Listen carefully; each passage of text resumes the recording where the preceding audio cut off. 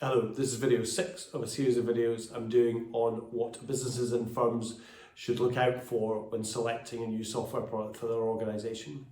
Today I want to talk about support, how you get service and how you get it, and what you get from your current provider and what you would potentially get from your new provider.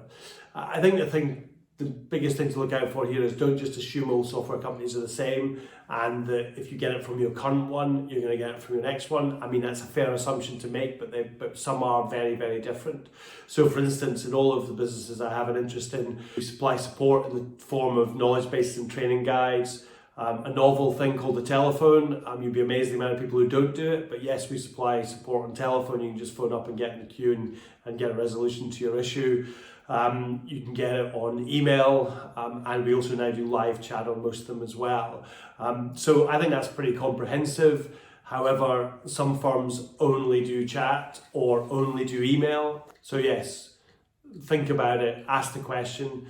You may also want to check what their SLAs are as well. You may be used to someone picking up the phone and giving you an immediate response. You may find you're moving to a supplier who outsources the support overseas or runs it from another country, so there's time differences or whatever. And also you might find that they have a standard 8-hour response. A lot of the businesses I'm involved in rate problems by their severity, and therefore the SLA and the response times is based on the severity of the issue, whether it's a problem that's affecting the whole business or just one person. So yeah, I would check what you're getting just now, or think about what you're getting just now and the level of support that you are getting, and see what level of service your potential new provider offers. Because yeah, being able to speak to someone on the telephone and explain something to them is in my opinion probably the best ways to provide support, and we've been doing it for years that way, so I don't understand why some people are changing.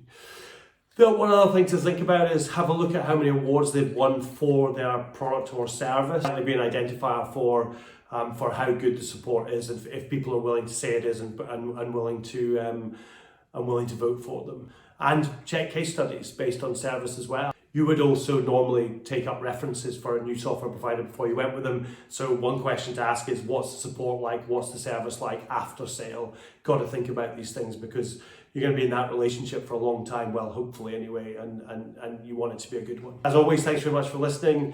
There's a link to a Reputable Suppliers white paper that I wrote at the back end of 2019 on this post.